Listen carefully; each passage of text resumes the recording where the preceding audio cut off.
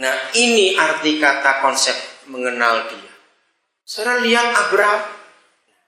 Apa yang dia alami itu ada di Lukas 14 ayat 33. Barang siapa yang tidak melepaskan dirinya dari apanya? Segala miliknya.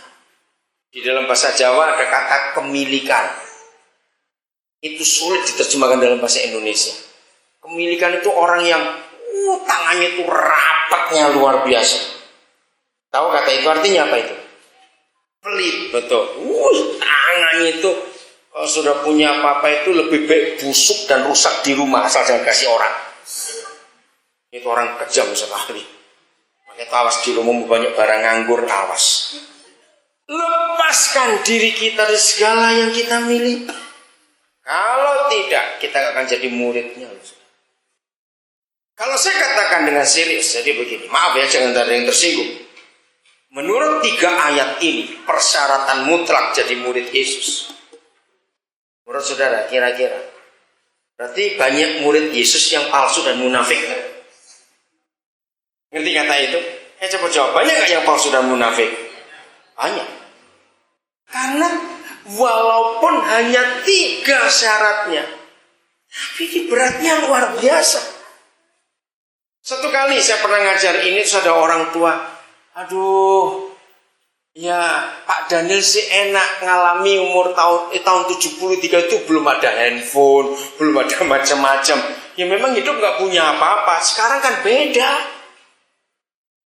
Terus saya jawab begini, memang zamannya boleh berbeda, tapi firman Tuhan nggak pernah berbeda. Nah, betul tidak, Sir? Apakah Tuhan salah ngomong?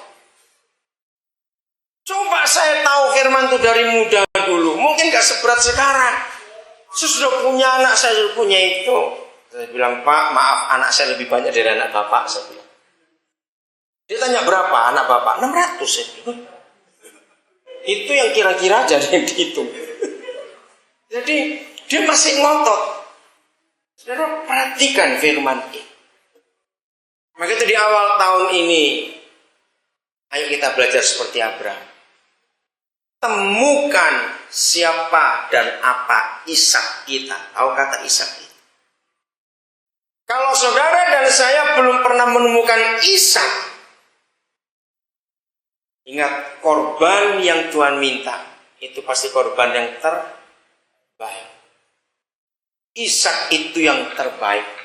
Bahkan Ishak itu segala-galanya buat Abraham. Betul gak? Bayangkan, punya anak umur hampir 190 sekian tahun. Bayangkan. Kalau anak itu masih bayi, umur 3 bulan, 4 bulan, gak apa-apa. Ini sudah kelihatan remaja. Bisa bayangkan? Tahu-tahu Tuhan minta. Tapi luar biasa, Abraham tidak pernah berargumentasi dengan Tuhan. Diikuti saja. Dan cuma satu hal yang dia langgar. Tapi Tuhan setuju, dia nggak sehati dengan istrinya. Itu kan sudah salah, karena firman berkata suami istri sehati. Kenapa Tuhan mengizinkan dia tidak sehati dengan istrinya, dan itu melanggar firman-Nya, tapi Tuhan diam? Jawabannya Tuhan tahu. Kalau Abraham sehati dengan istrinya, kira-kira jadi apa? Perang itu. Pasti Sarah bisa bayangkan, bukan kamu yang hamil, aku yang hamil. Pasti Sarah akan ngomong begitu. Enak aja, gak ikut melahirkan kamu, anak dikasih lagi. Mungkin Sarah berkata, mungkin kamu salah dengar, sudah tuli kamu sudah tua begitu. Mungkin Sarah akan ngomong begitu. Saudara, Ishak. Saudara, hari ini kita harus mendengar kesaksian. Saya itu kaget baru tadi pagi tahu. Padahal kisahnya sudah terjadi tanggal 14 Agustus yang lalu. Saya nggak dengar. Saudara, keluarga kita ini pindah dari Manado ke Nabire. Tahun 2008, bulan Juli, anak mereka yang bungsu meninggal di Nabire. Sakitnya sederhana sekali. Setahun lewat sebulan kemudian, kakaknya yang meninggal. Anak mereka cuma 2. Baru tahu tadi pagi saya sampai gak bisa ngomong. Dan berapa kali saya ketemu mereka bisa tegak. Itu yang saya kagum. Bagaimana perasaan saudara? 2 anak meninggal dalam waktu setahun 1 bulan. Yang sudah besar-besar. Coba papanya Melisa maju cerita. Supaya kami itu belajar. Bagaimana kalian bisa kuat menghadapi itu. Sudah doa, sudah segala macam. Coba ceritakan bagaimana kalian bisa kuat. Setahun 1 bulan 2 anak meninggal. Itu bagaimana caranya kuat supaya kita itu belajar. Saya kuat itu saya bersyukur kepada Tuhan. Ikan istri yang taat kepada Tuhan. Selalu dia menopang saya untuk kamu harus belajar ini selalu. Setiap malam saya dengan dia itu bukan mazmur. Kita bermazmur, kita sembahyang. Cuma itu yang bikin kuat. Selalu berdoa saja. Luar biasa. Terima kasih. Maafin saya semua. Kira-kira kalau itu terjadi dengan kita. Gak 1 anak, saudara, 2 anak. Betul. Orang berkata, pasti salah, kamu bukan di Nabire itu. Masa pindah ke Nabire 2 anak langsung meninggal? Kesimpulannya cuma 1. Ayo kita belajar mengenal Papa. Betul, mengenal dia. Sekalipun sulit untuk kita mengerti.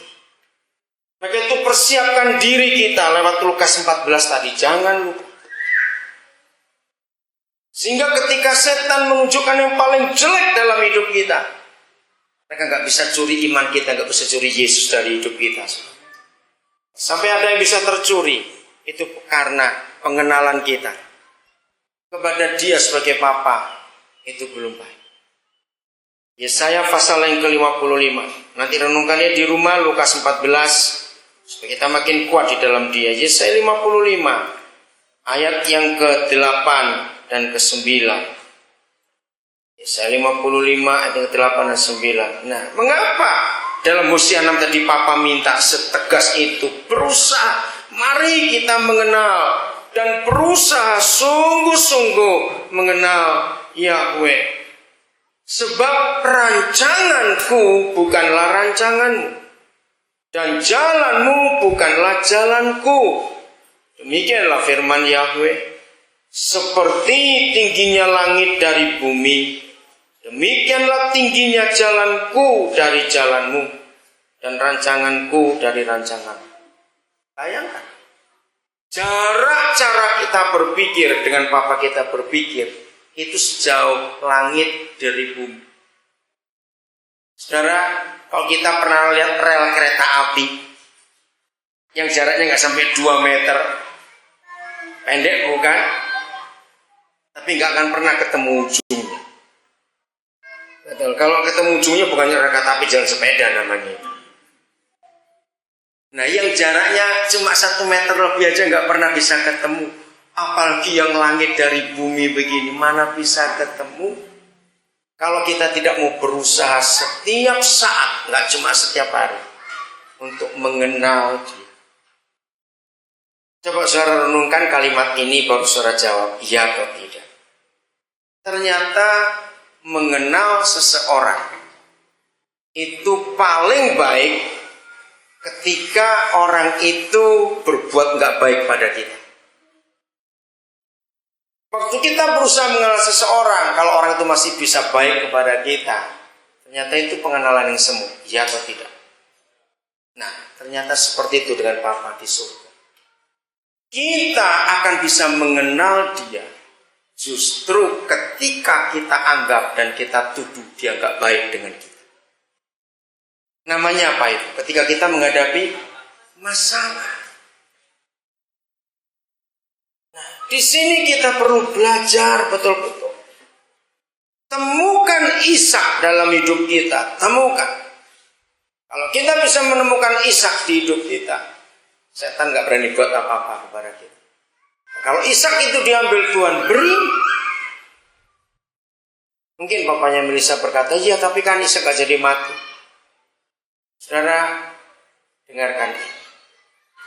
Mati sekarang, mati besok, mati kapan saja, tetap sama. Sebab buat Papa kita nggak ada jarak. Coba renungkan ini, betul nggak? Buat Papa di surga itu nggak ada jarak, antara hidup dan mati itu nggak ada jarak. Sama. cuma pindah tempat saja. Jadi kalau kita kehilangan orang-orang yang kita kasih, jangan kita berkata kehilangan atau rugi, tidak. Karena cuma pindah tempat saja.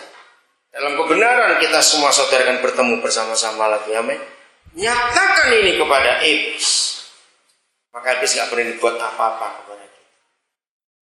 Saya harap jangan takut dengan firman tahun baru seperti ini, amin. Jangan takut. Kita harus berani menemukan Ishak. Kenapa jangan? Sebab kita tidak pernah punya apa-apa. Kalau kita sadar kita gak pernah punya apa-apa karena kita lahir telanjang, malu dong kalau bilang hilang atau rugi. Mana yang hilang? Kamu gak pernah punya apa-apa. Hilangan apa? Betul tidak? Rugi apa? Kita gak pernah punya apa-apa kok. Apanya yang rugi? Kalau kita semua sadar itu milik Tuhan, ya sudah. Saudara, maka itu mari kita belajar betul untuk mengenal Dia. Karena begitu jauh cara papa kita berpikir. Tapi itulah Tuhan. Berhenti menyalahkan Tuhan dalam segala hal. Pasti ada pihak kita yang salah juga. Kita belum mengenal Dia. Amin. Kalau kita sudah mengenal Dia, hidup itu indah. Lagi sekali, kata dirugikan atau kata kehilangan, buang dari kita. Enggak ada yang dirugikan, enggak ada yang hilang. Kita memang enggak pernah punya apa-apa. Kalau ada orang kaya raya punya pabrik tekstil, masa lahir anaknya langsung pakai celana? Enggak mungkin, kan? Maka itu dalam hidup kita ini belajar. Jangan takut jadi kaya. Otomatis kalau kita sudah kenal siapa papa kita nggak takut untuk jadi kaya. Harap saudara baca buku supaya menarik buat kehidupan kita. Di ayat yang terakhir, supaya di awal tahun ini kita punya pegangan khusus untuk kita melangkah bagaimana Tuhan akan bekerja dalam diri kita.